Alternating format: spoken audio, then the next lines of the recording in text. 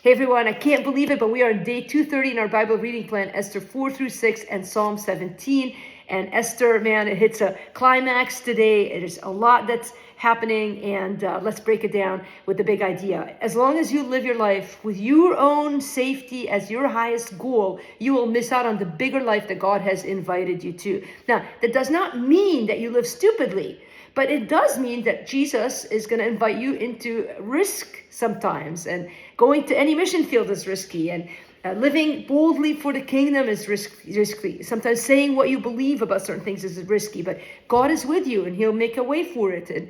But you got to follow his leading, and that's what Esther does. So we pick up the story in chapter 4 where Mordecai has learned what Haman wants to do, and he's worried and burdened. He puts on sackcloth, and it's a big scene, and it would have gone viral, except they didn't have social media. Instead, everyone's talking about it. So Esther sends, first she's like, put clothes on him, and then she's like, find out what's wrong.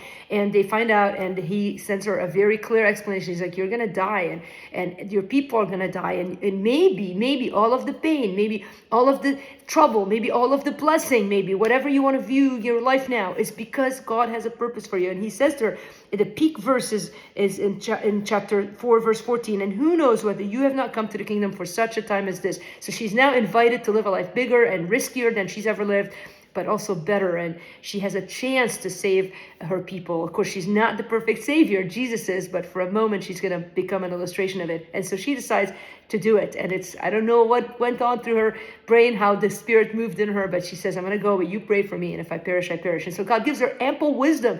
And the wisdom is that she doesn't just lay it on the king. First of all, the wisdom is that the king allows her to enter into his courts. And this is a crazy king who, banished his first wife and did this whole thing to get Esther. And so anything could have happened to her. Instead, she has this feast. And then he says to her, what's your request? And it's her and Haman and the king. And she says, the request is that we have another feast. And again, that's so wise. And so now they're sitting at the edge of their seats. And in the meantime, Haman plots to hang Mordecai. He builds a gallows. And then we get a little snippet in chapter 6 where of all the nights in the world, this is God's providence. The king wakes up on that night and says, this is the night I'm going to read the books, the history books. And he can't sleep. He reads the history books. And rather than just falling asleep because he's reading the history books, he finds out that somebody had saved his life. And his name is Mordecai. And he said, the next morning, Haman comes in. And of all the people that could have come in, it's Haman. And the king says, who's in the courts? And they're like, it's Haman.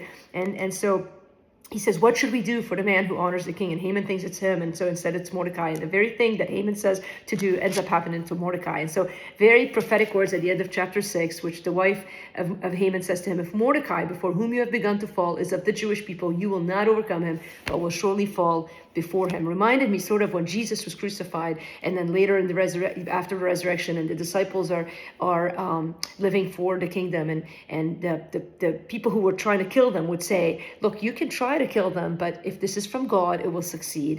And this is our life in a nutshell. If God is leading you, he's going to make a way.